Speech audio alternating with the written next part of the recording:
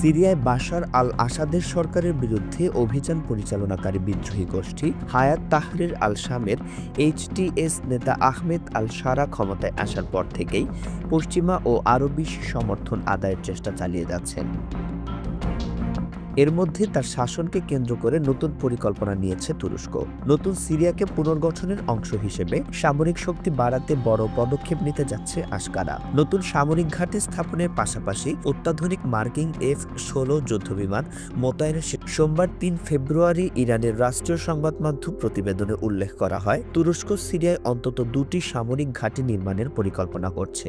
দেশটির অভ্যন্তরীণ সূত্রের বরাত দিয়ে সংবাদ মাধ্যম জানায়, শীঘ্রই যুদ্ধবিমান মোতায়েনের পরিকল্পনা রয়েছে প্রেসিডেন্ট রিসেপ তাইয়েপ এরদোয়ানের সরকারের।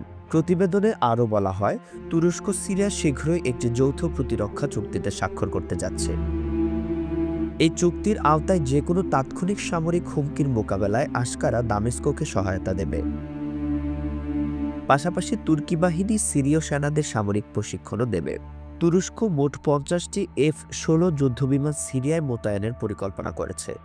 যুক্তরাষ্ট্রের পর সর্বোচ্চ সংখ্যক F-16 যুদ্ধবিমান রয়েছে তুরস্কের হাতে।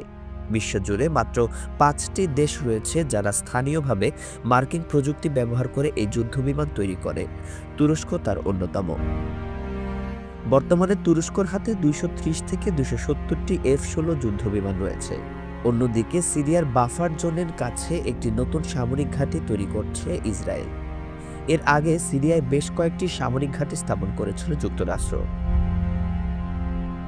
সম্প্রতি সিরিয়ার অন্তর্বর্তী সরকারের প্রেসিডেন্ট হিসেবে শপথ নিয়েছেন এইচটিএস নেতা আহমেদ আল শারা। মঙ্গলবার ৪ ফেব্রুয়ারি তিনি তুরস্কের প্রেসিডেন্ট এরদোয়ানের আমন্ত্রণে আঙ্কারা সফরে যাচ্ছেন। তুরস্কের প্রেসিডেন্ট কার্যালয়ের যোগাযোগ বিভাগের প্রধান ফাউরেদ্দিন আলতুন এক্সে দেওয়া বার্তায় জানিয়েছেন, এই সফর সিরিয়ার রাজনৈতিক স্থিতিশীলতার জন্য অত্যন্ত গুরুত্বপূর্ণ। এক টেলিভিশন ভাষণে আল শারা বলেন, সিরিয়ায় শান্তি প্রতিষ্ঠাই এখন সবচেয়ে বড় লক্ষ্য, পাশাপাশি শান্তিপূর্ণ নির্বাচন নিশ্চিত করাও জরুরি। একতাবদ্ধভাবে কাজ করলেই কেবল আমরা সুষ্ঠু নির্বাচনের পথে যেতে পারব।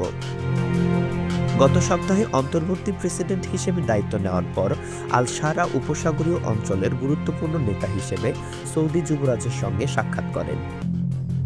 এর আগে গত বৃহস্পতিবার উল্লেখ্য, ডিসেম্বরে সিরিয়ায় আসাদ সরকারকে উৎখাত করে ক্ষমতায় আসে বিদ্রোহী গোষ্ঠী হায়াত তাহরির আল শাম।